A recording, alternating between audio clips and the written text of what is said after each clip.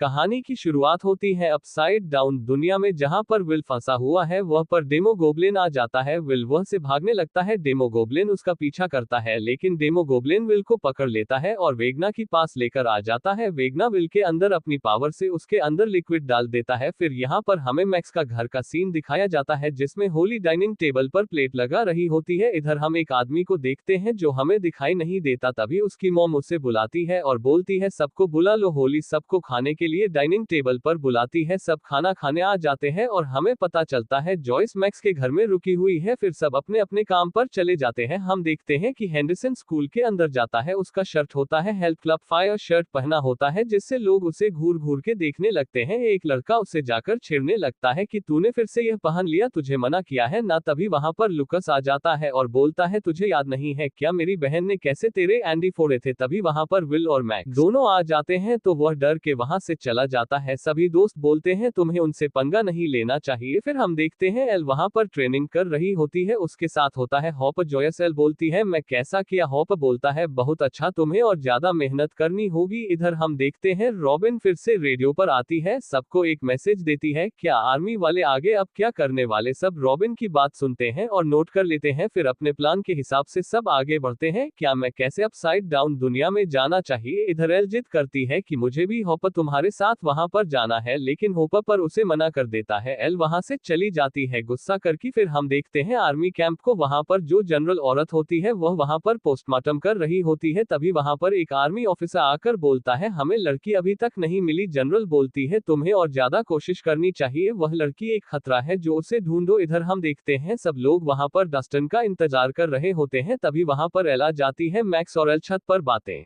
करने लगते हैं। मैक्स बोलता है कि हम वेगना को हरा कर कहीं दूर घूमने जाएंगे। एल हाँ हम दोनों घूमने जाएंगे। फिर हम देखते हैं हॉप तैयार हो जाता है और आर्मी कैंप के अंदर चला जाता है। इधर हम देखते हैं लुकास और मैक्स दोनों आर्मी कैंप पर नजर रख रहे होते हैं। तभी वहां हॉप को इशारा करता है, हॉप ट्रक के चला जाता है। वहां पर अपसाइड डाउन एंटर हो जाता है। इधर जोनाथन और मेट दोनों वेगना का पीछा कर रहे होते हैं। जैसे उसे सिग्नल मिलता है तो गाड़ी लेकर पीछा करने लगते हैं। इधर वेल को अजीब सा विजन आने लगता है, जिसमें वह आर्मी ऑफिसर को मार रहा होता है और upside down demo monster army officer को मारता है। हॉप घायल हो जाता है। इधर हम देखते हैं विल उसकी मॉम होश में लाती है। विल होश में आकर बोलता है वह आ गया और ले जाएगा। फिर वह नैन्सी की तरफ देखा है, नैन्सी से समझ जाती है तो वह अपने घर जाने के लिए तैयार हो जाती है। इधर हम देखते हैं एकदम से छत फाड़ती है और डेमो मॉन्स्टर बाहर आ जाता है होली को ले जाने के लिए। होली भागते हुए अपनी मॉम के पास चले जाते हैं। उसकी मॉम पानी के अंदर छुप जाती है। अभी पीछे से उसके पापा घर के अंदर आ जाते हैं। डेमो मॉन्स्टर उसके पापा को घायल कर देता है। उसकी मॉम पीछे से भागने लगती है। तभी वह डेमो मॉन्स्टर उनका पीछा करता है। उसकी मॉम डेमो मॉन्स्टर पर हमला करती है, लेकिन डेमो मॉन्स्टर उसे घायल करके होली को अपने साथ ले जाता है। इधर नैन्सी जब घर पर आती है तो अपनी मॉम को घायल हालत में देखते हैं, अस्पताल ले जाती है। उसके पापा उसकी मम्मी की हेल्थ बहुत खराब होती है, डॉक्टर ऑपरेशन के लिए उसे अंदर ले जाते हैं। इधर एल भी अपसाइड डाउन चली जाती है। उधर उसे हॉप मिलता है। एल बोलते हैं कि होली को डेमो मॉन्स्टर घर से ले गया है। हॉप और एल दोनों होली ढूंढने लगते हैं। स्टीव और जोनाथन दोनों घर में होते हैं। स्टीव बोलता है हमें हॉस्पिटल जाकर नैन्सी से मिलना चाहिए क्योंकि उसके मॉम डेड अस्पताल में, तो उसे अच्छा लगेगा। तभी जोनाथन बोलता है तुम मेरे और नैन्सी के बीच में आ रहे हो, मैंने देखा है जब भी हम दोनों साथ में होते हैं तब तुम बीच में आने की कोशिश करते हो। स्टीव बोलता है भाड़ में जाओ, मुझे तुमसे कोई मतलब नहीं। इधर हम देखते हैं डस्टन वहां पर आ जाता है, नाक से खून निकल रहा है। स्टीव बोलते हैं ये तुम्हारे नाक से खून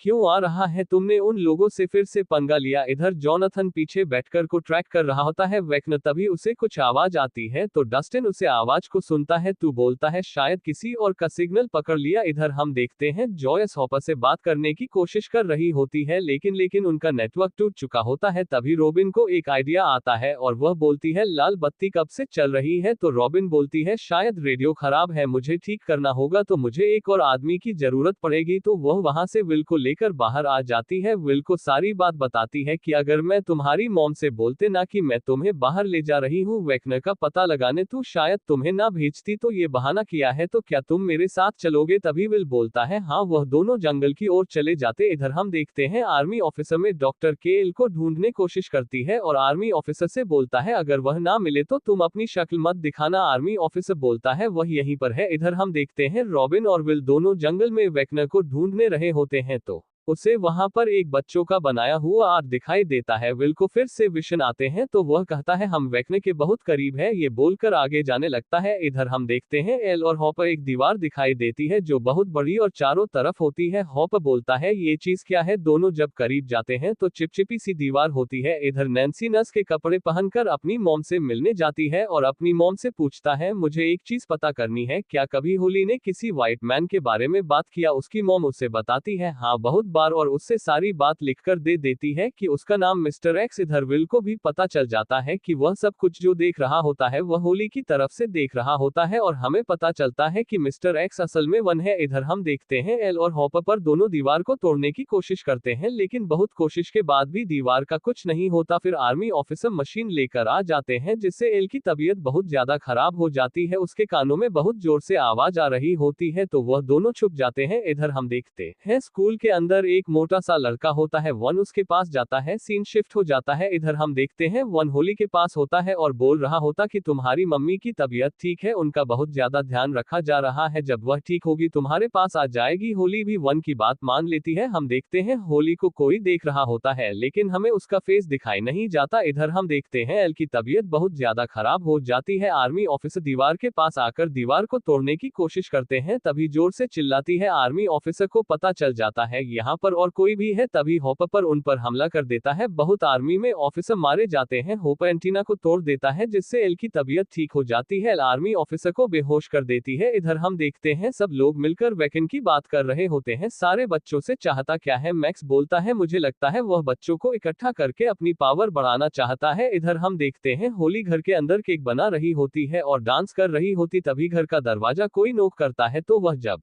नीचे जाकर देखते हो लेटर बॉक्स में एक लेटर आया होता है जिसमें जंगल का मैप होता है। इधर हम देखते हैं एरिका का क्लास के अंदर होती है और उसके टीचर उसे कोई सब्जेक्ट पढ़ा रहे थे, तभी उसका भाई और मैक्स दोनों खिड़की से आकर उसे बाहर बुलाते हैं। तो जब बाहर जाती है मैक्स बोलता है हमारा टाउन खतरे में और हमें तुम्हारी मदद चाहिए। एरिका उसके बैटमैन जाती है। इधर रोबिन और विल दोनों हॉस्पिटल से बेहोशी वाली दवा चुरा रहे होते हैं। मरी ट्रक में बहुत सारा सामान लेकर आता है जिससे डेमो मॉन्स्टर को मार जा सके। इधर हॉपर पर आर्मी ऑफिसर के पास आकर बोलता है तुम्हें क्या मालूम है, मुझे बता दो। आर्मी ऑफिसर बोलता है मुझे कुछ नहीं मालूम हॉपर, तुम मुझसे तो सब कुछ छुपा सकते हो लेकिन एल से कैसे छुपाओगे, उसके मन में चली जाती है। और देखते हैं आर्मी ऑफिसर एक दरवाजे के पास होता है लेकिन उसके दरवाजे की लाइट होने के कारण एल डर जाती है। एल को कुछ ज्यादा पता नहीं चलता। इधर होली सोचती मैं जंगल में जाऊं कि ना जाऊं, फिर वह अपना मन बना लेती है और जंगल की ओर जाने लगती है। इधर वह मोटा लड़का गेम खेल रहा होता है तो उसकी बहन आकर उसे खाने के लिए बुला रही होती है लेकिन मोटा लड़का बदतमीजी से उससे बात कर रहा होता है तो उसकी बहन वीडियो गेम लेकर नीचे की ओर जाने लगती है। तभी उसकी मॉम से रोककर बोलता है तुम दोनों खाना खा लो। तभी घर के दरवाजे पर बेल बजती है। वह लड़की जाकर जब दरवाजा खोलती है वहां पर एरिका होती है और उससे वह सॉरी बोलती है और उसके लिए पैनकेक लेकर एरिका आती है। हम देखते हैं डस्टिन स्टीव सब बार होते हैं, वह इंतजार कर रहे होते हैं पैनकेक कब खाए और बेहोश हो जाए। पैनकेक में बेहोशी की दवा मिलाई होती है। सब लोग इंतजार कर रहे होते हैं क्योंकि अगला शिकार वह मोटा लड़का होता है वेकनर का। इधर हम देखते हैं एरिका सबको पैनकेक के खिला रही है। सब पैनकेक खा लेते हैं लेकिन उसकी फ्रेंड नहीं खाती, फिर सभी बेहोश होने लगते हैं। एरिका बोलती है मैंने तुम्हें बोला था ना पैनकेक खा लो, फिर उसे वह बेहोश कर देती है। सारे लोग मिलकर घर के अंदर आ जाते हैं। डेमो मॉन्स्टर के लिए सब जाल बिछाने लगते हैं। फिर हम देखते हैं डेमो मॉन्स्टर घर के अंदर आ जाता है तो वह सब मिलकर हमला कर देते हैं लेकिन डेमो मॉन्स्टर को कुछ नहीं होता और वह भाग जाता है। डस्टिन स्टीव उसका पीछा करते हैं लेकिन वहां से चला जाता है। इधर हम देखते हैं होली जंगल के अंदर आ जाती है तो जब आगे जाती है तो उसे एक पहाड़ दिखाई देता है जिसके अंदर एक रास्ता होता है। जो आगे बढ़ती है वहां से एक मिस्टीरियस आदमी दिखाई देता है तो होली वहां से भागने लगती है। वह भागते भागते एक चट्टान के पीछे छुप जाती है। वह मिस्टीरियस आदमी वहां पर आ जाता है, फिर उसका में चेहरा दिखाई जाता है और कोई नहीं हमारा माइक होता है। इधर हम देखते हैं जॉयस उसे मोटे लड़के को समझा रही होती अगर तुम्हें पता है मैं कौन हूं, मैं एक माँ हूं, तुम जिस एक्स की बात कर रही हो वह अच्छा आदमी नहीं है, वह एक मॉन्स्टर है जो बच्चों को मार देता है। मैं तुम्हारे हाथ खोल दूं तो तुम मेरी बात सुनोगे क्या? मोटा लड़का हाँ तुम्हारे बात सुनूंगा। जॉयस जब उसके हाथ खोल देती है वह मोटा लड़का भागने लगता है। विल उसका पीछा करता है तो मोटा लड़का उसकी आंख में मिट्टी डाल देता है। फिर एरिका और रॉबिन डॉनन दरवाजा बैंड कर देती है। तभी मोटा लड़का सीढ़ी के ऊपर चढ़ जाता है और सीढ़ी नीचे गिरा देता है। तभी हम देखते हैं विल को विजन आता है, डेमो मॉन्स्टर उसकी तरफ बढ़ रहा